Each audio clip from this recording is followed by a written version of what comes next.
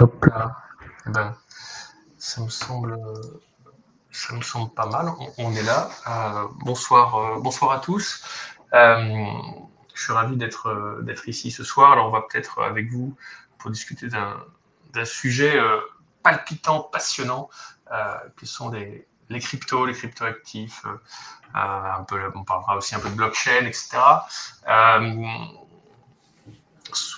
Alors en attendant les retardataires, peut-être quelques petites modalités pratiques. Alors il y a un chat, n'hésitez pas surtout à poser vos questions au maximum, on essaiera autant que possible d'y répondre, pourquoi pas en live, et puis après, si jamais on n'a pas la réponse, on se fera un plaisir de vous répondre directement ultérieurement, voilà, si vous nous contactez.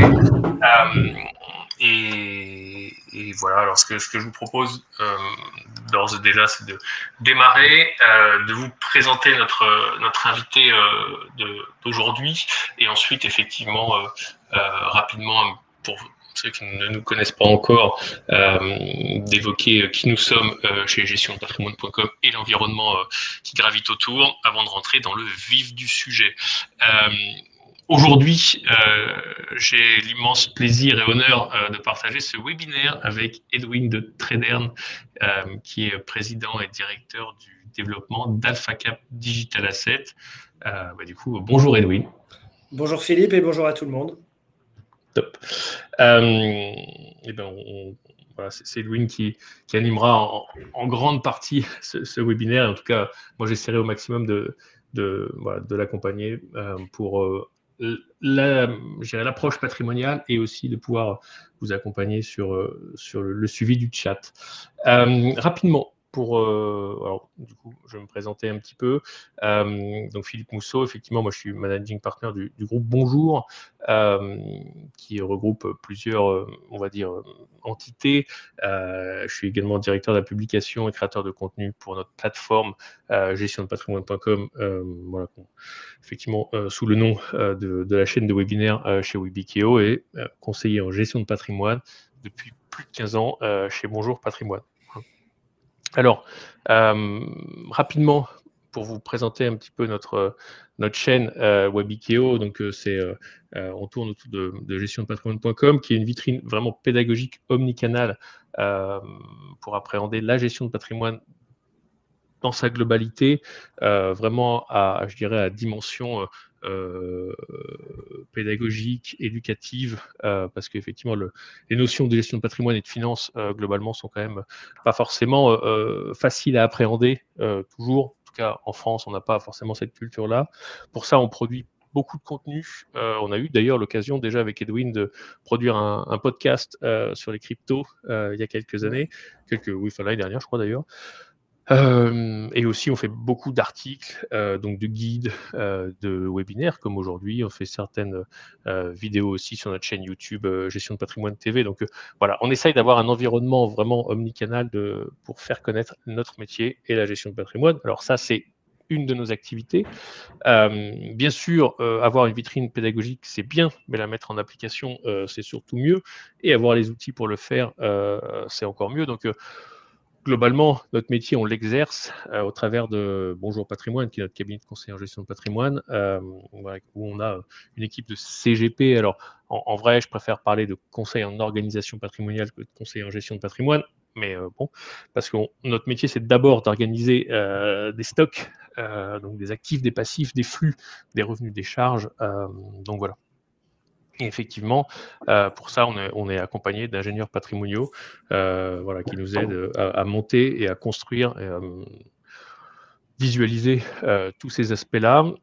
Aussi, effectivement, on a un outil qui nous permet d'appréhender différemment la gestion de patrimoine, qui est Ailo, qui est un outil qui vous permet de réaliser votre propre diagnostic patrimonial en toute autonomie, parce que parfois, ça peut faire peur de franchir une étape, de se retrouver nez à nez, entre guillemets, avec un conseiller, et on peut préférer, en tout cas, le faire un petit peu tout seul dans son coin, dans un premier temps, bien entendu, pour appréhender les grandes lignes de son organisation patrimoniale et surtout ses forces et faiblesses. Voilà. Rapidement, qu'est-ce qui va nous distinguer, d'autres établissements, financiers ou d'autres circuits, on va dire, de conseil? Sans qu'on parle de conseil parfois, mais je ne vais pas rentrer dans ce sujet-là. Ça va être notre objectivité par rapport aux établissements financiers. Nous, on a personne qui nous dit effectivement, ce qu'il faut mettre en avant, puisqu'on est effectivement, objectif, impartial, dans les conseils qu'on délivre. Bien sûr, on est spécialisé en gestion de patrimoine, ça veut dire qu'on a une approche globale tout le temps, à la fois juridique, fiscale, financière et économique. Voilà. Donc ça, c'est vraiment important et on met un point d'honneur à traiter tous ces sujets-là de façon extrêmement horizontale, avec le même poids dans les conseils qu'on peut délivrer à nos clients. Ensuite, une approche globale, c'est ce que je viens de vous dire, hein, vraiment à 360 de la gestion de patrimoine, parce que parfois le meilleur conseil, à l'instant T, s'il n'est pas, bien ficelé ou bien accompagné en cas de survenance d'un risque, il peut s'avérer désastreux. Mais ça encore, faut-il pouvoir effectivement l'identifier derrière et on accompagne nos clients, bien entendu, sur du long terme, hem, pour le coup, parce que voilà, une organisation patrimoniale, ce que je disais tout à l'heure, on rentre à un instant T et effectivement, on doit pouvoir l'ajuster parfois en fonction des aléas de la vie et des circonstances aussi, bien entendu. Donc ça, c'est surtout extrêmement important. Voilà. Donc voilà un petit peu comment on accompagne nos clients chez Bonjour Patrimoine. Pourquoi faire appel à nous? Alors, plein de sujets différents, hein. Ça peut être la fiscalité, ça peut être l'expatriation, parce que voilà, ou l'impatriation d'ailleurs aussi quand on revient en France ou quand on part de France. Ça peut être des sujets. Euh, pour l'ensemble des clients et des chefs d'entreprise, bien entendu aussi, hein, sur plein de problématiques d'organisation patrimoniale du chef d'entreprise, ou même d'ailleurs des professions libérales, hein, c'est aussi extrêmement important. Toutes les problématiques retraite, les problématiques de développement de patrimoine, comment on travaille aujourd'hui pour valoriser son patrimoine quand on est dans un environnement, on va dire, fiscalo-inflationniste, comme on l'a connu ou comme on peut éventuellement, être amené de nouveau à le connaître. Donc c'est des sujets qui sont extrêmement importants et on verra que la classe d'actifs, sans spoiler un petit peu ce qui est susceptible de dire Edwin un peu plus tard, mais on verra que la classe d'actifs des cryptos est un sujet très, très intéressant à part entière pour l'ensemble de ces, objectifs, problématiques patrimoniales. Voilà un petit peu les bribes des différentes possibilités, en tout cas réflexions qui vous amèneraient à entrer en relation avec un conseiller en gestion de patrimoine. Je vous ai mis rapidement sur la slide d'après effectivement l'accès, alors vous pouvez le scanner puis la présentation vous l'aurez, mais ou directement aller en ligne sur ailo.io pour accéder à notre outil de diagnostic patrimonial. Il y a une version gratuite que vous pouvez faire en toute autonomie. Il y a une version un peu plus poussée et payante pour le coup, mais voilà. Voilà ce que je pouvais vous dire pour nous. Alors, il y a une question, est-ce que vous êtes CGP indépendant au sens de la réglementation? Alors, pour vous répondre, Eric, pour le coup, au sens de la réglementation, il y a effectivement deux sujets. Au sens de la réglementation AMF, notamment, on est CGP non indépendant. C'est-à-dire qu'effectivement, on touche des rétrocessions pour le coup. Euh, on étudie effectivement beaucoup, beaucoup, beaucoup le modèle CGP indépendant. Dans tous les cas, il y a du pour et du contre.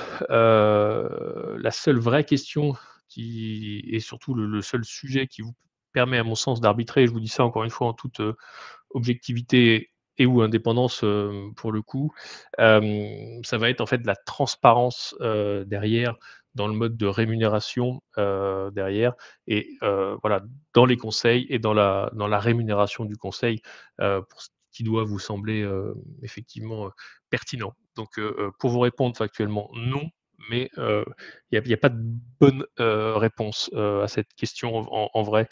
C'est surtout la transparence de la rémunération dans les deux cas qui doit être importante. Voilà. En tout cas, le point capital si j'étais vous. Voilà un petit peu pour ce que je pouvais vous dire. En ce qui nous concerne, n'hésitez pas voilà, à nous suivre sur les réseaux sociaux, sur notre chaîne YouTube, à vous inscrire à nos newsletters, etc. pour en savoir plus, ou à nous contacter directement sur notre page contact gestiondepatrimoine.com. Et pour le coup, ce que je vous propose, hein, c'est, alors n'oubliez pas les questions, bien sûr, moi on sera là pour y répondre. Et ce que je vous propose, c'est qu'on rentre directement dans le vif du sujet, hem, avec Edwin voilà, qui a fait une petite, disparition, réapparition, mais qui est là On ne qui est sait pas là ce qui s'est de passé. nouveau. Et écoute, voilà, je te laisse la parole et puis, voilà, surtout n'hésitez pas, à poser des questions sur ce sujet, ultra passionnant que sont les cryptos et le sujet particulièrement intéressant du jour, sur la sécurisation du mode de détention des cryptos. Merci beaucoup. C'est en effet le sujet qui va nous occuper, la sécurisation de la détention des cryptos et ce qui en découle en fait. Avant d'aborder ce sujet, je vais vous présenter qui nous sommes, peut-être expliquer aussi succinctement et schématiquement ce que sont que les cryptos. Ça me paraît important de d'abord savoir finalement quel est le sous-jacent sur lequel on peut investir. Donc, allons-y. Et ça marche, c'est parfait.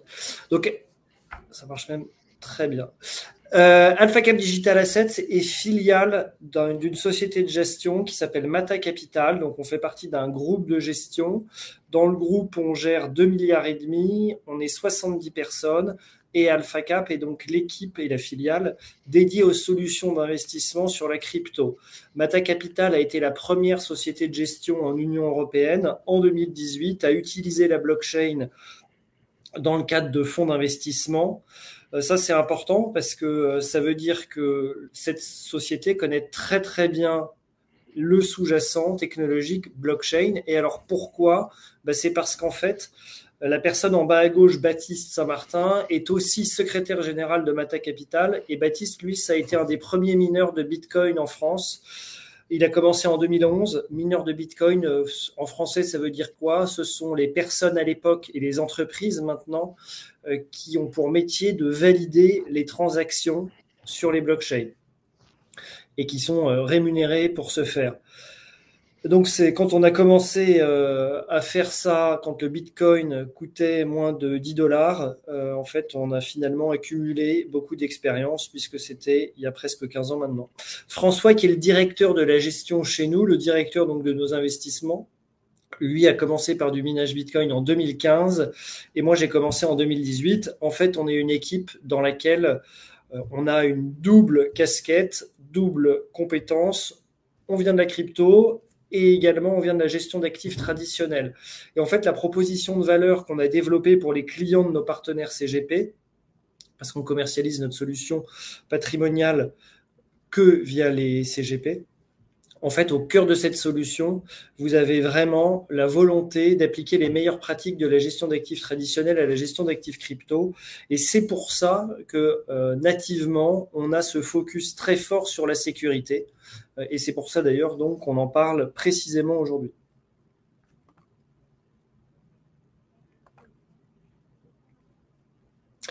Alors, les cryptos, qu'est-ce que c'est ? Pour positionner le décor et le débat finalement. Alors quand on parle de crypto, ce qu'il faut vraiment avoir en tête, c'est qu'on parle d'abord de nouvelles technologies de l'information. C'est un peu comme si on parlait d'Internet dans les années 90. Ces logiciels crypto, parce que ce sont des logiciels d'abord, ils sont construits et ils combinent les 4 technologies que vous avez à l'écran. Et ce qui est révolutionnaire au final, c'est de combiner ces 4 technologies. Donc ces logiciels, ils sont construits sur Internet. C'est même une lente évolution d'Internet au final.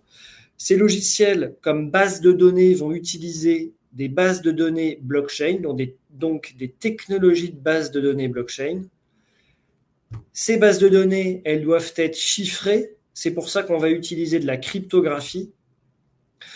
Les technologies blockchain, leur origine, ça date du début des années 70 pour la parenthèse. Et la cryptographie, les premières, l'origine de ce que nous utilisons de nos jours, en fait, ça date de la fin des années 70. Et pour faire un parallèle, nous avons tous chez nous des B-Box, des box Internet, dont les échanges d'informations sont bien évidemment chiffrés par des technologies de cryptographie qui peuvent être assez proches de ce qu'on utilise dans l'univers des logiciels crypto et de leur crypto-monnaie. Et Quatrième technologie utilisée, c'est le fameux réseau pair à pair, qui en fait est une technologie qui permet à un ordinateur d'aller se connecter directement à un autre ordinateur sans passer par le serveur central. Là, tout de suite, on passe tous finalement par un serveur. Et avec la technologie de pair à pair, c'est pas obligatoire. Notre ordinateur parle directement à l'autre ordinateur, donc l'information entre les deux va circuler encore plus vite. Et à côté de ces logiciels crypto, vous avez leurs crypto-monnaies qui, en général, et pour schématiser, vont servir à payer l'utilisation du logiciel. À date, il y a des milliers de logiciels crypto différents, il y a des dizaines de milliers de crypto-monnaies différentes. Donc, c'est pas forcément évident en fait de s'y retrouver quand on est investisseur, et c'est pour ça que c'est important de pouvoir faire appel en fait à des professionnels dont le métier est justement d'aller faire le tri. Alors, d'ailleurs, avant de passer à ça, je peux vous illustrer le Bitcoin, le logiciel Bitcoin. Qu'est-ce que c'est? Le logiciel Bitcoin, en fait, c'est un réseau de paiement international installé sur des centaines de milliers d'ordinateurs dans le monde et qui va permettre à un utilisateur, donc à quelqu'un qui a un compte sur ce réseau, de pouvoir envoyer de la valeur, la fameuse pièce Bitcoin, à n'importe qui dans le monde, en fait, à tout moment, c'est-à-dire que le lundi de Pâques à minuit, ça va marcher, ce réseau de paiement international, et en plus, on va pouvoir le faire sans demander l'autorisation à un tiers de confiance, comme la banque, par exemple. Et c'est un réseau qui a une croissance qui a été extrêmement importante depuis sa création en 2009. Et c'est un réseau, en fait, qui permet d'envoyer un actif spécifique, la pièce Bitcoin, qui, pour le coup, a un nombre qui est fini. Et c'est pour ça que plus ce réseau est adopté dans le monde, plus en face, la valeur de la pièce Bitcoin augmente, puisque on n'en a qu'un nombre fini qui est de 21 millions. On va voir ça plus tard. Et pour que vous compreniez bien, il y a la deuxième crypto-monnaie qui s'appelle Ethereum. Quand je dis deuxième crypto-monnaie, c'est-à-dire en taille de capitalisation. La proposition de valeur du logiciel Ethereum n'a absolument rien à voir avec la proposition de valeur du logiciel Bitcoin. Ça a été construit complètement différemment et ça sert à complètement autre chose. Ethereum, pour essayer de parler simplement, c'est ce qu'on appelle en informatique un logiciel d'infrastructure ou de base sur laquelle d'autres développeurs vont venir construire des applicatifs divers et variés. Alors, historiquement, ça date de 2015 et au fur et à mesure du temps, au début, ce sont des applicatifs plutôt liés à des services financiers qui ont été construits.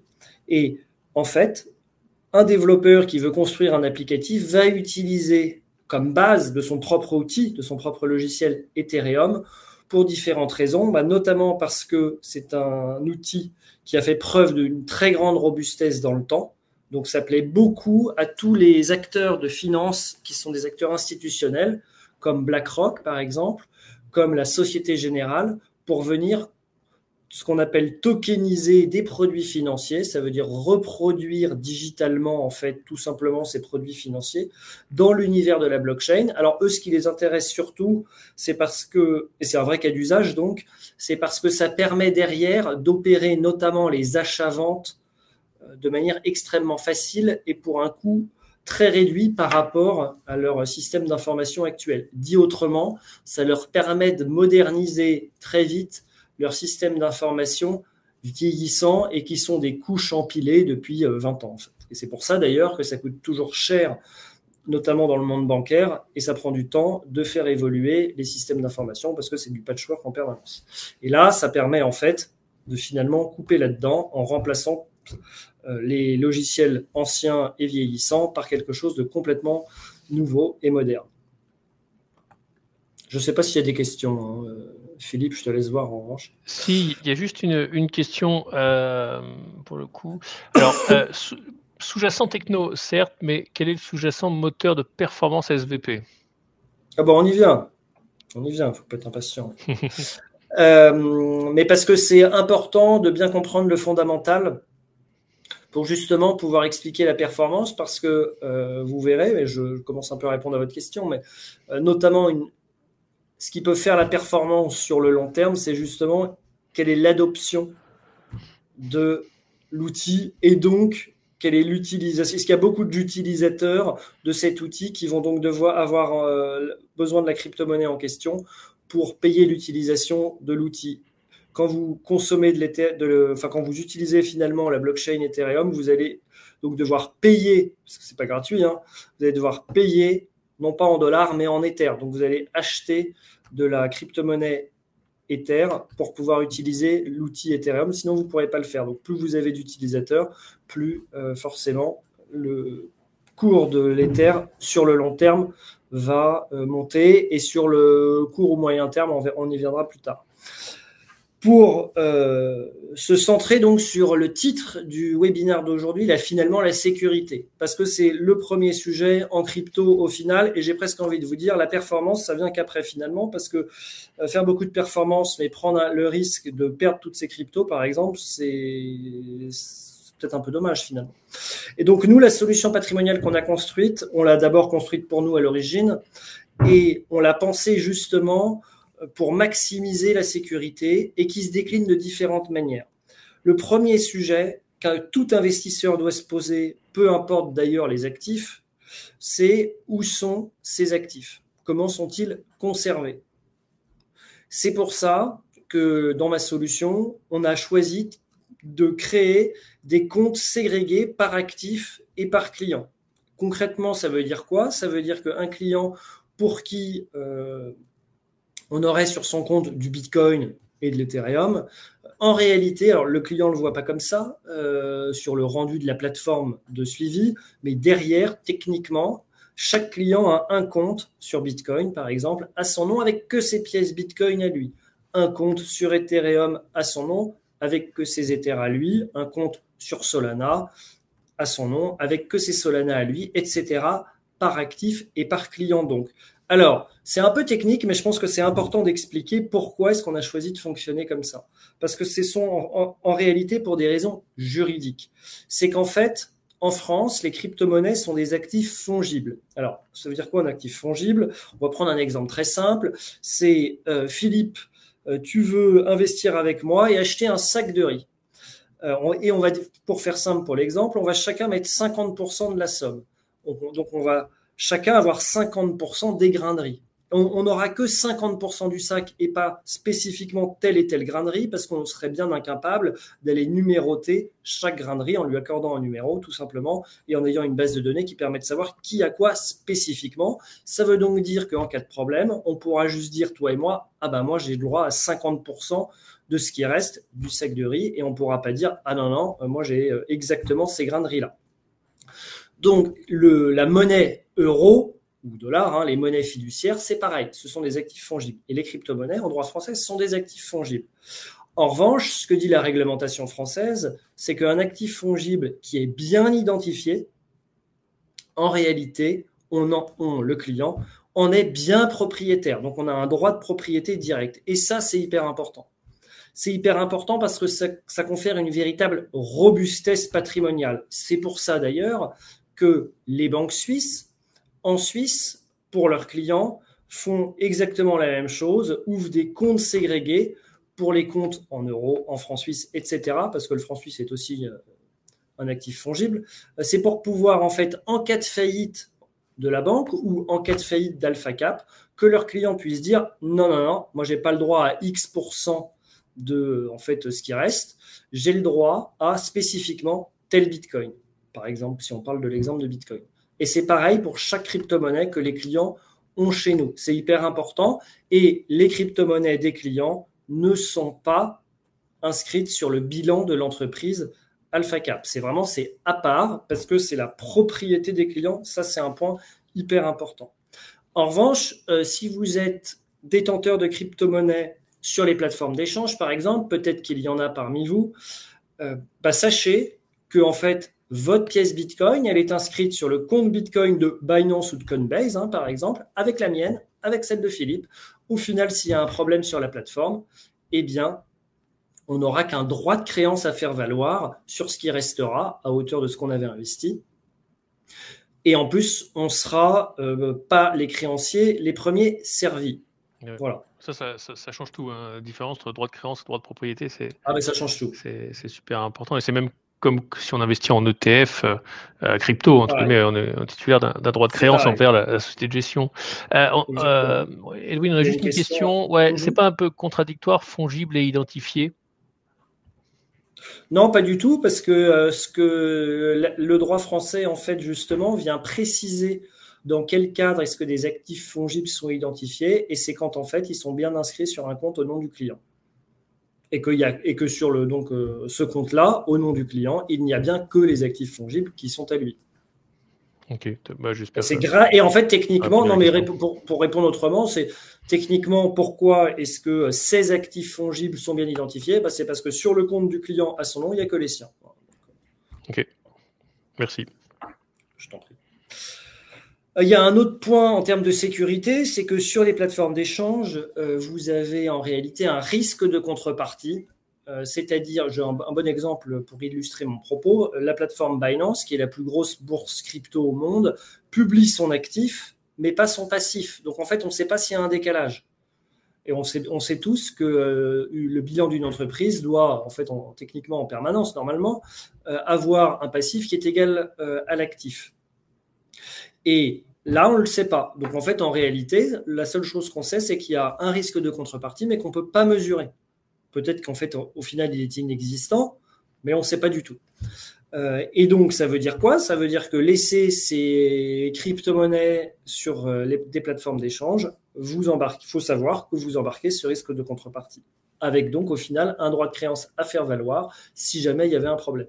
Et nous, c'est parce qu'on n'avait pas du tout envie de supporter ce type de risque que, pour nous et nos clients, on ne laisse pas les actifs numériques sur les plateformes d'échange quand on veut faire des arbitrages. On peut les envoyer dessus et ensuite, on va les rapatrier tout de suite sur les comptes des clients qui sont donc ouverts dans nos livres pour ne pas avoir ce risque de contrepartie.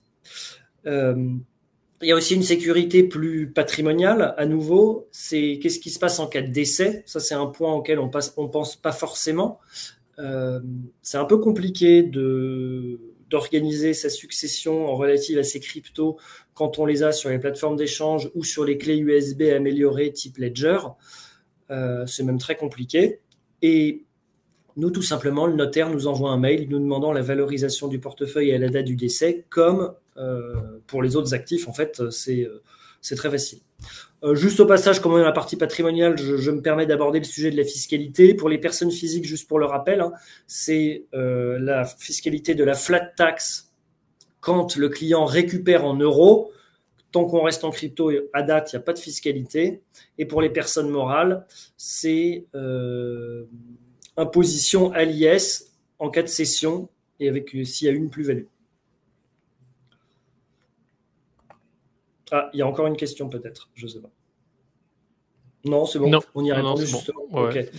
Donc au final, le fait là je reviens sur la notion de conservation telle qu'on la pratique chez nous, ça permet de vraiment parler de triangle de sécurité, comme on peut avoir au Luxembourg sur certains types de contrats d'assurance vie.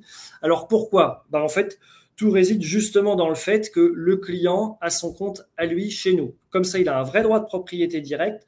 Et également, le client peut aussi, et son CGP, peut aussi aller directement superviser ses actifs, vérifier qu'il a bien ce qu'on lui annonce sur notre plateforme.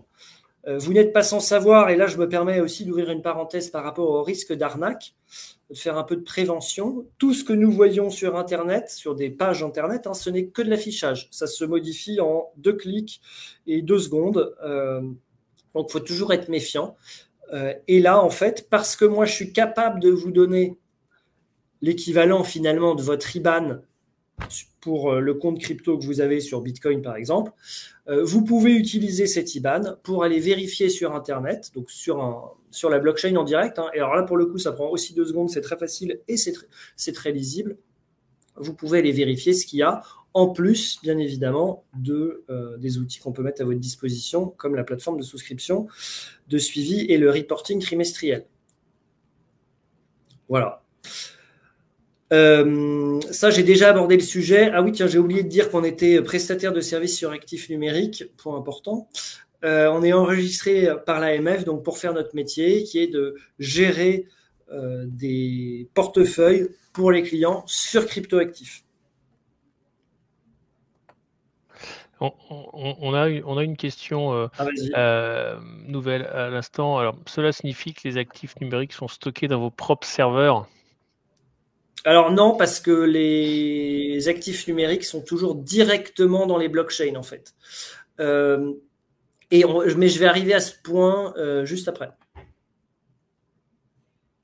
Donc là, sur cette slide, en fait, ce que vous voyez, hein, c'est un compte où en fait on a donné l'IBAN, qui, pour faire simple, c'est le BC1QC, etc. Donc on copie-colle ça sur Internet et on arrive en fait à voir que là, en position, il y a 0,51 Bitcoin qui représente, alors à la date, quand on a fait ça, un peu moins de 55 000 $. Et en fait, là, je ne l'ai pas mis, mais quand on ouvre les informations, on peut même voir les mouvements aussi qui ont été réalisés, voir l'historique. Et alors là, ce qui est intéressant aussi, c'est qu'on est vraiment en plein dans la transparence que permet la blockchain. Alors en revanche, et pour rassurer aussi, on ne sait pas, quand je dis on, c'est des gens qui viendraient consulter, ne savent pas qui est derrière cette adresse. Donc la confidentialité est préservée. Alors là, c'est bon, ça j'ai aussi déjà abordé. Alors, j'arrive justement pour répondre à cette question. Alors, au final, ce qui est hyper important en crypto, et c'est le cœur de la sécurité, de la conservation, si je dois descendre d'un niveau, en fait, c'est qu'en fait, quand vous avez un compte en crypto, il y a toujours l'équivalent d'un IBAN. Le terme technique utilisé, c'est adresse publique. C'est l'adresse donc, que je viens de vous montrer. Et une clé privée. La clé privée, finalement, on peut la représenter en se disant que c'est la signature sur le chèque, où vous envoyez un chèque à la banque pas signé, il ne va rien se passer du tout. En revanche, vous signez le chèque, donc l'ordre de mouvement va être traité. Et si quelqu'un imite très très bien votre signature, en plus, peut-être que la banque se fera avoir et donc passera l'ordre quand même, l'ordre frauduleux. La clé privée, c'est très important de l'avoir de manière très sécurisée. Alors nous, on utilise une technologie qui permet en fait de fragmenter en plusieurs morceaux, c'est pour ça que c'est schématisé ainsi à l'écran, cette fameuse clé privée. C'est sauvegardé, c'est les morceaux de cette clé qui sont sauvegardés sur différents serveurs, à différents endroits dans le monde, pour répondre à la question. Et ensuite, moi, quand je veux passer un ordre d'arbitrage, je dois pouvoir réunir les morceaux de cette clé privée pour en fait faire l'équivalent de la signature sur mon chèque et donc autoriser le mouvement. Par exemple, envoyer 10% des bitcoins de tel portefeuille sur une plateforme d'échange pour acheter en face de l'Ethereum. Et alors, un point important, c'est qu'il ne faut jamais en fait avoir la clé privée qui est reconstituée au même endroit, entre guillemets, même 1/1000 de seconde. Pourquoi ? Parce qu'il pourrait y avoir un hacker hyper performant qui se connecte pile à ce moment-là et la pique. Et c'est pour ça que la technologie qu'on utilise, en fait, permet de générer à chaque fois, c'est un peu technique, pardon, mais des dérivations cryptographiques de chacun des fragments. Et ces dérivations cryptographiques sont à usage unique. Donc une fois utilisé, une fois la transaction faite, en fait, ils n'ont plus aucune valeur. Et donc c'est ça qu'on vient réunir. Donc on ne réunit jamais la clé privée. Donc ça c'est hyper important. Donc on ne peut pas du tout se la faire voler. Et si d'aventure on se faisait voler une des dérivations cryptographiques à usage unique, comme elle est à usage unique, en fait, ça ne sert absolument à rien à la personne qui l'a volée, puisqu'il va falloir que moi j'en régénère une autre pour le prochain arbitrage. Enfin, j'en ai plusieurs d'ailleurs à réunir pour le prochain arbitrage. Voilà, c'était ce point en fait technique que je voulais aborder avec vous au final. C'est le cœur du réacteur technique et ça permet de pouvoir opérer pour nous dans de très bonnes conditions de sécurité informatique. Ce qu'il faut savoir aussi, c'est que c'est notre responsabilité chez AlphaCap, donc la protection des cryptos des clients. Moi je suis président, donc ça se passe mal, en fait c'est du pénal, voilà, et j'ai pas très envie d'aller en prison, première chose. Et ensuite cette technologie me permet en fait de m'organiser en interne pour qu'un collaborateur n'ait pas le comportement frauduleux suivant, qui serait de arbitrer toutes les crypto-monnaies des clients, dont les miennes accessoirement, vers un portefeuille à lui et ensuite partir à l'étranger, au Brésil par exemple. Ça, grâce à cette technologie qu'on utilise, c'est absolument impossible puisqu'il faut être plusieurs personnes pour pouvoir en fait valider les transactions, regrouper les dérivations cryptographiques à usage unique. Voilà. Donc c'est hyper robuste. Il y a peut-être une autre question. Oui, tu as raison. Je vois que tu as l'œil sur le chat quand même. On a une question, alors je pense qu'il remonte à un petit moment. Du coup, pas de bénéficiaire effectif. Je pense que c'était au moment, effectivement, où tu parlais Alors des c'est-à-dire, comptes. Je sais pas, la question, c'est juste pas de si la bénéficiaire personne peut effectif. Donc, à la préciser. limite, si vous pouviez préciser, effectivement, on y répondra avec plaisir. Alors nous, on pense que c'est très important de faire appel en fait à un CGP CIF comme Bonjour Patrimoine quand Ah, on cherche à s'exposer à la crypto. attends, Vas-y. juste, du coup, quand on entend parler d'un vol de crypto, quel est le procédé? Ah ça me permet, c'est monsieur ou madame, je sais pas, me devance. Et alors le procédé, c'est un peu malheureux, mais dans les 90% des cas, l'argent est perdu. Le sujet, c'est est-ce que la personne, est-ce que la victime a donné aussi sa CNI, par exemple, son passeport et un justificatif de domicile, parce que c'est bien fait, hein, donc l'arnaque est bien montée, donc on vous fait faire un faux KYC, etc. Enfin, un vrai KYC, mais qui servira à rien. L'argent est probablement, n'a jamais été investi en crypto, et c'est que de l'affichage hein, derrière les performances stratosphériques qui montrent. C'est que de l'affichage sur Internet, c'est pour ça que j'en parlais tout à l'heure. Et donc, il faut à tout prix que les personnes portent plainte à la police près de chez eux, enfin au commissariat près de chez eux, parce que probablement que leur CNI ou leur passeport ont déjà été revendus en fait sur le dark web et serviront donc à commettre des délits ou des crimes dans X temps. Et dans ces cas-là, et j'ai rencontré quelqu'un qui s'est arrivé, la police viendra voir la personne en question et il faudra expliquer que non, on s'est fait voler le truc, etc. Alors que si vous avez porté plainte, ils l'ont dans leur système et donc ils viendront pas vous embêter en plus entre guillemets. Donc c'est hyper important d'avoir cette démarche. Dans certains cas, on peut réussir à remonter les transferts qui ont été faits dans la blockchain, parce que je reviens sur ce que je vous montrais tout à l'heure avec la fameuse Liban. On peut tout tracer hein, dans les blockchains. Ça, en revanche, il faut que les montants valent le coup. Pourquoi c'est parce que c'est à la mano. Alors, c'est pas nous qui le faisons, hein, mais on connaît des gens qui peuvent le faire parce qu'on utilise, nous, leur outil qui permettent de tout tracer dans les blockchains parce que nous avons l'obligation légale de tout tracer dans les blockchains pour lutter contre l'éventuel blanchiment d'argent. Voilà. Donc, quand moi, je dis autrement, et pour faire plus simple, pardon, quand je vais acheter un Bitcoin X pour un client, en même temps, en parallèle, je fais tourner cet outil de lutte anti-blanchiment qui me permet de savoir si ce Bitcoin en question, cette pièce Bitcoin en question, est passé avant par un portefeuille, un compte qui serait éventuellement soupçonné de pédocriminalité, terrorisme ou autre. Et ces outils-là peuvent aussi servir à essayer de tracer et nous, on peut essayer de faire intervenir le fournisseur. Mais c'est long, fastidieux et il n'y a aucune garantie de rien. Long story. Ouais, alors du coup, la question sur la notion de bénéficiaire effectif, c'était identifier à qui ça appartient. C'est-à-dire donc, si j'essaye de reconstituer, en gros, on ne peut pas identifier à qui ça appartient. En fait, si on peut identifier dans le cas de figure suivant, depuis 4 ans maintenant, les plateformes, les grosses plateformes qui sont enregistrées dans les pays occidentaux pour simplifier, au regard de la réglementation qui a été mise en place, ont dû demander à leurs clients de faire des KYC. Donc en fait, l'adresse, l'IBAN 123QZ, c'est pseudonyme en réalité, hein, parce que si on est client d'une plateforme KYC, comme nous, hein, ou moi je dois faire un KYC aussi, en fait on sait derrière qui c'est.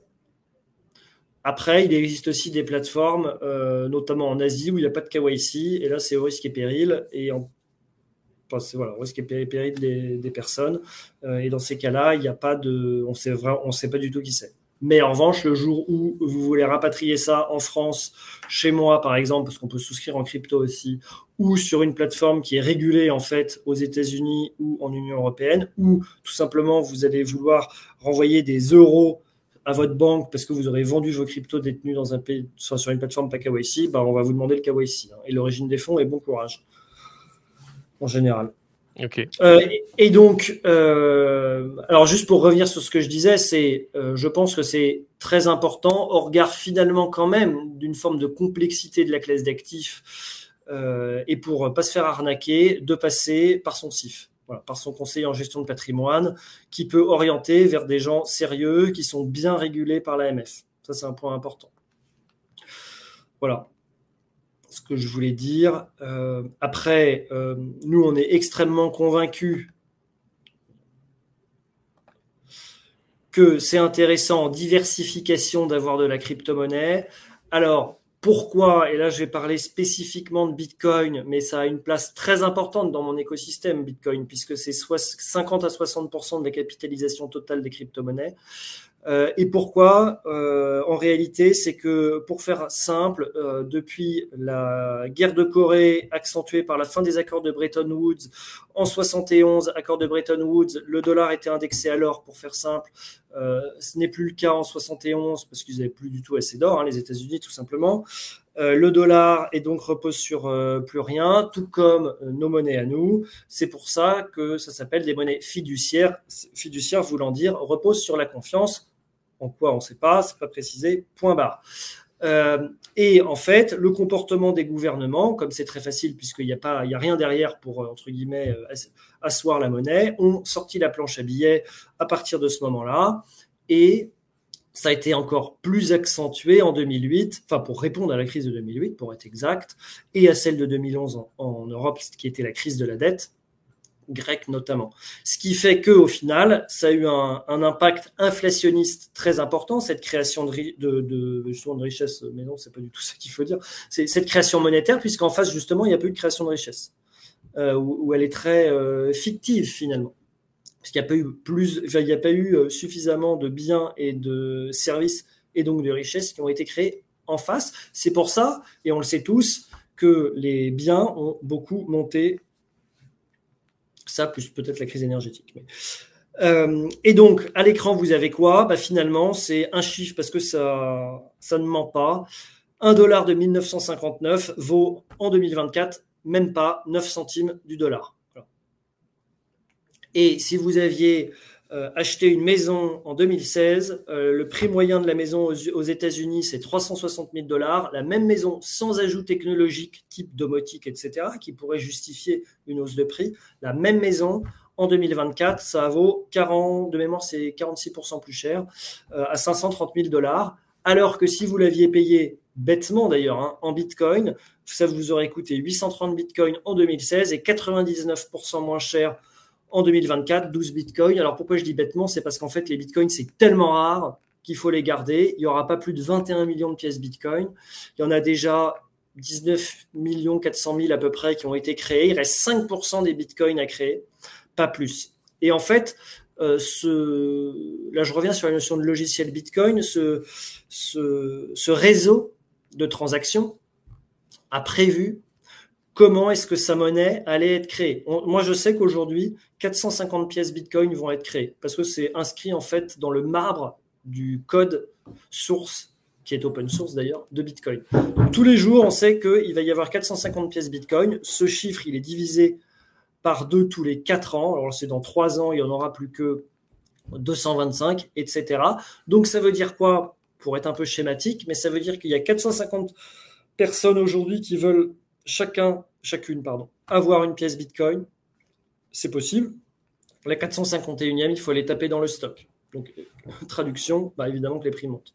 Voilà. Ça, c'est sur le moyen long terme. Alors après, sur le court terme, la macroéconomie, c'est-à-dire le sentiment général, est-ce que le prix de l'argent est cher, plus cher ou au contraire moins cher? Ça va aussi impacter bien évidemment les cours. Je reviens sur, on a une question Oui. tout à l'heure sur la notion de sécurité, et cetera. Y a-t-il plus de sécurité si l'on passe par un ETF crypto?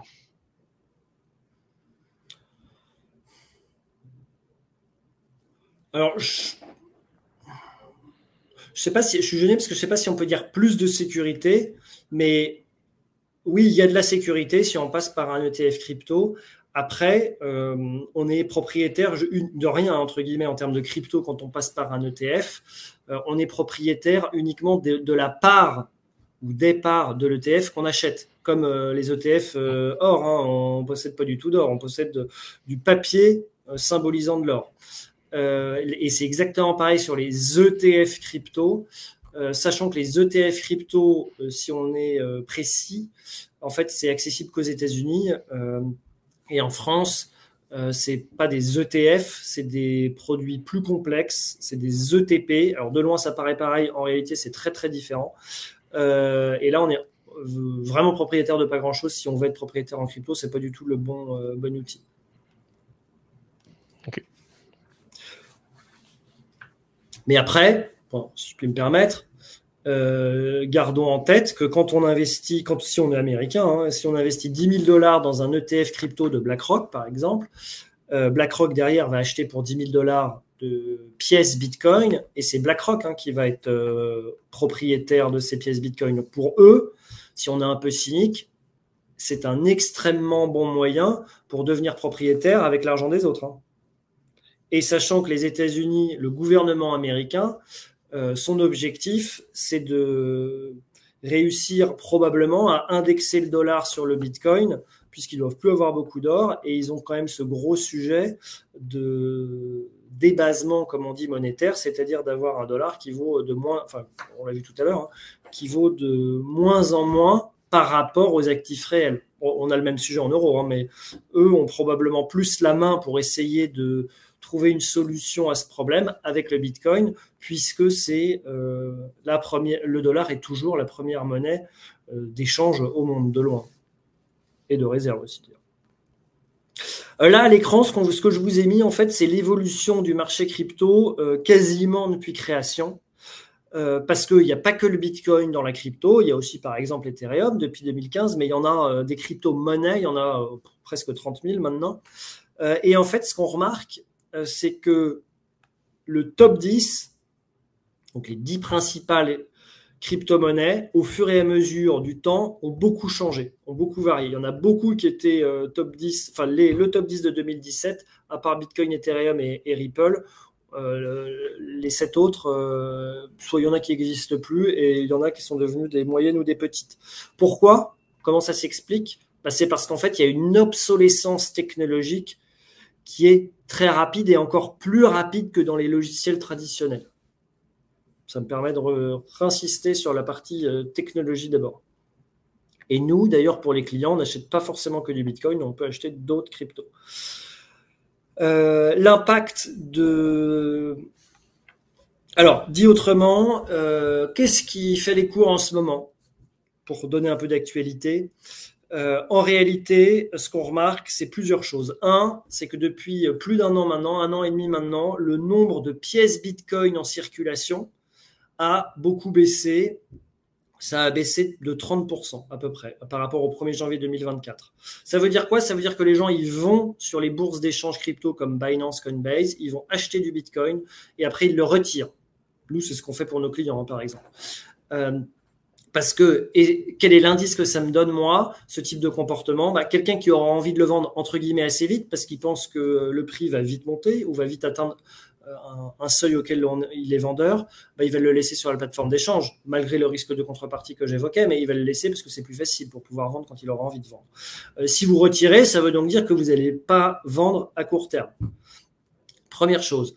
Ensuite, les acheteurs sur le marché sont justement les producteurs d'ETF aux États-Unis, première chose, et également les entreprises qui achètent du Bitcoin en trésorerie comme stratégie, par exemple, pour parler de la plus connue, cotée en bourse aux États-Unis, qui sont aussi des très gros acheteurs. Et ce qu'il faut savoir, c'est qu'il y a de plus en plus d'entreprises qui se sont créé ou ont changé de modèle d'activité pour pouvoir s'autoriser à acheter du Bitcoin. Alors ça marche comment? C'est quoi leur métier à ces gens-là maintenant? C'est en fait d'aller voir des investisseurs institutionnels partout dans le monde, en leur disant, donc investisseurs institutionnels, caisses de retraite, fonds de pension, etc. Et en leur disant, nous allons émettre de la dette, donc des obligations, souvent des obligations convertibles en actions au bout d'un moment, pour pouvoir aller acheter du Bitcoin sur le marché et le garder, donc en trésorerie. Et donc, ils lèvent comme ça de l'argent auprès de ces institutionnels. Et eux achètent. Nous, on le voit hein, sur le marché, c'est que on les voit, on pense qu'il y a 4 mois, à mon avis, ils étaient positionnés à l'achat vers les 102, 103 000 $, et là, ils doivent être positionnés à l'achat sur les 108, 109. Parce qu'on voit le marché ne baisse jamais en dessous, en fait. Toujours racheté sur ces prix-là. Et puis, c'est aussi des informations qu'on a de certaines de nos contreparties. Ça, c'est important parce qu'en fait, je me permets de revenir sur ce que je disais tout à l'heure, c'est que la pièce Bitcoin a un nombre fini, il en reste 5% à créer, et il y en a 450 qui sont créés chaque jour. Donc, en fait, eux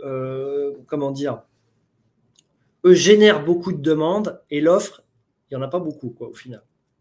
Presque dire que c'est rare. Et c'est probablement le Bitcoin, l'actif le plus rare au monde, et surtout un actif fini, en fait, on n'a jamais vraiment connu. Hein, parce que même l'or, au final, c'est pas un actif fini. L'or, si le prix est très haut, ça devient rentable d'aller en chercher, creuser dans des endroits dans le monde qui ne l'étaient pas avant, exactement comme pour le pétrole. Nous, notre conviction, donc, fort de ces pressions acheteuses, c'est que le Bitcoin est toujours en structure haussière. Il y a des soubresauts, on ne va pas en ligne droite hein, sur cette classe d'actifs, pas du tout. C'est une classe d'actifs très volatile. Nous, on est convaincus que sur moyen long terme, en fait, on peut gagner beaucoup d'argent, mais on n'ira pas en ligne droite. Hein. Nous, quand on nous demande quelles sont nos prévisions, on pense que le Bitcoin vaudra $1 million en 2030, mais on n'ira pas du tout en ligne droite. Et donc, ça veut dire quoi? Ça veut dire aussi qu'il faut pouvoir, en cours de route, supporter la fluctuation. Parce que oui, ça peut monter, mais ça peut baisser aussi beaucoup. Quand ça baisse, ça peut être un moyen de se renforcer si on n'a pas tout mis à l'entrée, ce qui est probablement une bonne stratégie pour dormir tranquille. Et ça, c'est aussi le rôle de Bonjour Patrimoine de vous accompagner dans ce type de stratégie par rapport à votre psychologie. Parce qu'en fait, le seul sujet à avoir en tête, c'est qu'il faut dormir tranquille. J'ai envie de dire, c'est de la diversification patrimoniale. Le but, c'est de gagner de l'argent à moyen long terme en étant le plus tranquille possible. C'est très bien résumé. Et s'il y a bien une classe d'actifs sur laquelle il faut avoir ce spectre de réflexion, c'est les cryptos et le Bitcoin en particulier. Ça, c'est clair. Alors, c'était aussi pour donner un peu de hauteur à mon propos, c'est qu'en fait, on remarque, nous, qu'il y a une forme de découplage de ce marché. Historiquement, donc depuis 2009, création du Bitcoin, vous avez eu 15 ans où qu'est-ce qui se passait? On sait quand le nombre de pièces Bitcoin va être divisé par 2, c'est tous les 4 ans, etc. C'est une date attendue. On ne sait pas exactement à quel jour en général, mais plus on se rapproche, plus on le sait. Et donc, qu'est-ce que ça faisait? Ça s'appelle le halving, divisé par 2. Donc, en fait, comme il y avait du jour au lendemain 2 fois moins de pièces Bitcoin qui étaient créées, et ben forcément, ça faisait monter les prix. Souvent un peu en anticipation d'ailleurs, comme toujours dans les marchés cotés. Et pendant 15 ans, ce qui s'est passé, c'est que les investisseurs rentraient sur le Bitcoin, sur cette classe d'actifs, parce qu'ils entendaient parler d'abord de Bitcoin. Donc, ces nouveaux investisseurs faisaient monter le cours du Bitcoin. Et ensuite, passé un certain prix, les investisseurs précédents, entre guillemets, arbitraient leur plus-value Bitcoin vers le reste de la cote. Puis à l'époque aussi, il y avait quand même beaucoup moins de valeur, vraiment beaucoup moins de valeur. Et donc, ce qu'on appelle les altcoins, qui sont les cryptos hors Bitcoin, montaient aussi, et énormément même. C'est là où vous pouvez faire en peu de temps des x10, par exemple. Et ensuite, ces investisseurs sortaient de ces altcoins pour revenir sur le Bitcoin, pour protéger en fait leur plus-value. Et bon, le Bitcoin pouvait aussi baisser, etc. Et en fait, depuis l'arrivée des ETF aux États-Unis, donc début janvier 2024, eh bien, au final, les liquidités des investisseurs qui sont investis sur ce type de produit restent sur le Bitcoin. Pourquoi ? Parce que ces produits-là, réglementairement, ne peuvent acheter que du Bitcoin. Ou que de l'Ether si c'est un produit Ether, etc. Et donc, il n'y a plus ce phénomène de vase communicant qui marche de manière aussi fluide que sur les 15 dernières années. Et c'est pour ça que, en fait, si on regarde depuis le début de l'année, par exemple, les altcoins, en fait, ont des performances qui peuvent parfois être très difficiles, même dans l'ensemble sont difficiles, parce qu'il y a moins de flux qui vont sur cette partie de la cote. C'est un marché. Pourquoi est-ce que les cryptos, c'est très volatile ? C'est que c'est petit. La taille de toutes les cryptos, c'est peu ou prou la taille d'Apple. Donc, les flux, là où va l'argent, c'est important. Et donc, nous, on regarde beaucoup ça. Alors là, c'est un mot sur la partie, les stratégies qu'on propose. Alors, le ticket d'entrée, vous les avez à l'écran, c'est 15, 50, 250 000. On peut passer de l'un à l'autre comme on veut. Donc, on peut très bien commencer à 15 et puis une fois qu'on a 50, aller sur le mandat à venir. En fait, on nous confie la gestion de son portefeuille. C'est ce qu'on appelle une gestion discrétionnaire. C'est notre métier, donc, après, d'aller choisir de s'exposer peu ou prou à telle ou telle crypto. Le mandat essentiel, l'univers d'investissement, c'est les 10 principales cryptos.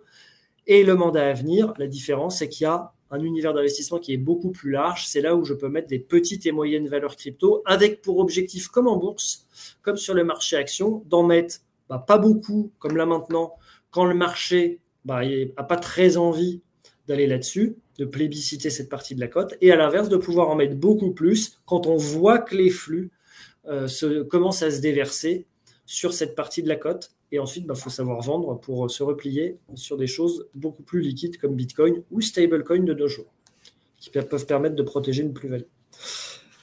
Voilà. Okay. On peut. Il y a des questions alors, je vais poser une question pour les internautes. On peut faire des versements programmés, en tout cas, c'est ce qu'on aime appeler du DCA maintenant, entre guillemets. Oui, c'est tout à fait possible. Okay. On peut souscrire en euros ou en crypto si on en a déjà et qu'on a envie qu'on trouve que la transmission chez nous c'est mieux, plus facile à organiser, que la vraie droit de propriété c'est bien aussi, qu'on a peut-être aussi un peu moins de temps à y accorder. Ok. Est-ce que du coup tu veux encore dire un ou deux mots peut-être ? Non, moi, le sujet, la question que j'entends beaucoup de clients, c'est est-ce que ils me disent le Bitcoin est très cher, ça a beaucoup monté. Alors moi, je suis assez d'accord je suis pas du tout d'accord avec la première partie de la phrase. En revanche, je suis assez d'accord avec la deuxième partie qui est de dire ça a beaucoup monté. Alors notamment comme moi, j'ai la chance de travailler avec des gens comme Baptiste, qui ont connu le Bitcoin à moins de $10 quand même. Et c'est donc en 2011. Et c'est intéressant de lui demander, mais toi, donc quand tu l'as connu à $10, d'accord, quand c'était à 100, finalement, psychologiquement, il s'est passé quoi ? Et en fait, puis quand c'est monté à 1000, puis 10 000, etc., tu te disais quoi ? Et en fait, ce qui est intéressant, c'est de se rendre compte que les gens n'y croyaient pas. Ils étaient ravis, ils étaient preneurs, entre guillemets. Et en général, d'ailleurs, ils ont vendu une partie de leurs avoirs en bon père de famille. Ils le regrettent pas mal, mais bon, ça, c'est autre chose. Mais ce qui est très intéressant, c'est de voir qu'ils ne le croyaient pas. Et je trouve que c'est difficile, finalement, de raisonner par rapport au Bitcoin, parce que le Bitcoin, c'est un actif fini. Plus de gens, pour ça que je disais tout à l'heure, plus de gens l'adoptent. Et je n'ai pas mis la slide, pardon, mais le nombre d'utilisateurs, la croissance du nombre d'utilisateurs du réseau Bitcoin, et elle est beaucoup plus vite que la croissance du nombre d'utilisateurs d'Internet dans leurs jeunes années respectives. Donc c'est intéressant de voir, parce que c'est de la tech les deux, c'est Bitcoin construit sur Internet, c'est aller beaucoup plus vite. Donc, et on est un peu qu'au début, entre guillemets, c'est-à-dire que dans nos pays, les États et les banques comme la Banque de France commencent seulement à s'y intéresser. Donc, quand vraiment énormément de personnes voudront en avoir, moi j'ai un peu de mal à savoir jusqu'où la hausse du prix peut s'arrêter sans vouloir non plus pousser trop à la consommation parce que c'est un actif volatile. Il faut être prudent par rapport à sa capacité à supporter ça. Mais moi, ce que je pense, c'est qu'au final, quand on me dit c'est trop, j'attends, bah moi j'ai un de mes meilleurs amis, il a un gros poste dans la partie banque privée de Goldman Sachs. Quand je lui en parlais, le Bitcoin était à 15 000, il me disait non, chez nous on pense que ça va tomber à 12. Bah, au final, il a investi, alors chez moi, à 75 000 $. Voilà. Ouais. Parce qu'en fait, traduction, qu'est-ce qu'il faut faire? Et moi, j'ai retourné la chose dans beaucoup de sens. C'est qu'il faut monter dans le train. Et surtout avec un actif fini, comment est-ce que je monte dans le train pour être le plus sécurisé, psychologiquement en tout cas? Parce que je comptais investir 100 sur le sujet. Dans ces cas-là, il faut commencer en mettant la moitié, par exemple. Pourquoi? Parce qu'en fait, comme ça, on se positionne avec un vrai problème de riche. C'est mieux. Mon risque, c'est quoi? C'est de devoir racheter plus cher pour les 50 restants. Voilà. Ouais, non, mais effectivement, monter dans le train et puis toujours avoir une vision patrimoniale globale, que ça reste un actif de diversification dans le cadre de stratégies, effectivement, de stratégie et d'objectifs. Mais oui, c'est sentiment 3000% partagé.